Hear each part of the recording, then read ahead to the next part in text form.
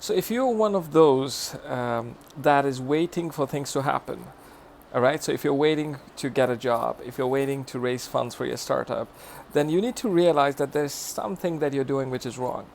And usually that something is that you've placed all your bets on getting a job or raising a fund with someone else. So you expect somebody else to help you with your CV writing. You expect somebody else to recommend you to a job. You expect somebody else to feel sympathetic towards you and give you a job.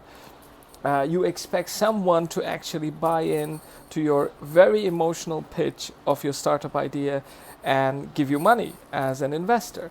Now, the problem with that is when your plans are hinging on someone else, most likely they will fail because people have many options. So if you're looking for a job and they don't have a vacancy, so there's no point for you to spend all your emotional pitches and emotional pleas to this person because it's not going to get you anywhere. What you need to do is find a way to make yourself viable enough for somebody to reach out to you. So you need to make sure that your CVs are updated based on the vacancies that have been published. Most of you send one CV to 20 or 30 people, and then you're very depressed trying to figure out why is it that you have not been called? Well, because you're sending one CV to everyone.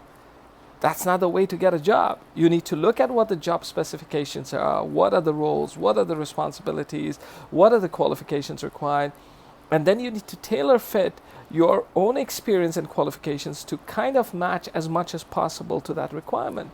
You see, you don't do the effort required, but you get very depressed when you get no results. Results don't come because you're emotionally driven. Results come when you're focus driven, when you're objective driven. Your objective is to get a job, and the way to get a job is to convince the potential employer that you're important. You're an asset that he or she needs in their company. If you're raising funds, the way to raise funds is to make sure that your pitch has enough substance in it for somebody to first be interested, then be intrigued, and then feel, well, this is going to make me a lot of money. You just think that you've made one slide deck to all investors everywhere, and you're wondering why you're not raising money. Every investor has a different DNA. Every investor has a requirement of what he or she thinks is going to make them money. So you need to study about these investors first. What is their fund doing? What have they invested in? What kind of companies have they invested in? And not just top-line research. You need to go into details, and you need to understand which of their investments are doing well. Because most of you do not put the effort required, and you put something called a generic effort, what you get back is a generic no and a generic refusal. So if you want to make something different for yourself in terms of results, you need to change your approach. And your approach has to be a little bit more objective driven and not just emotional driven. Emotions at workplaces get you nowhere. Trust me on that. No one has time to invest in emotions.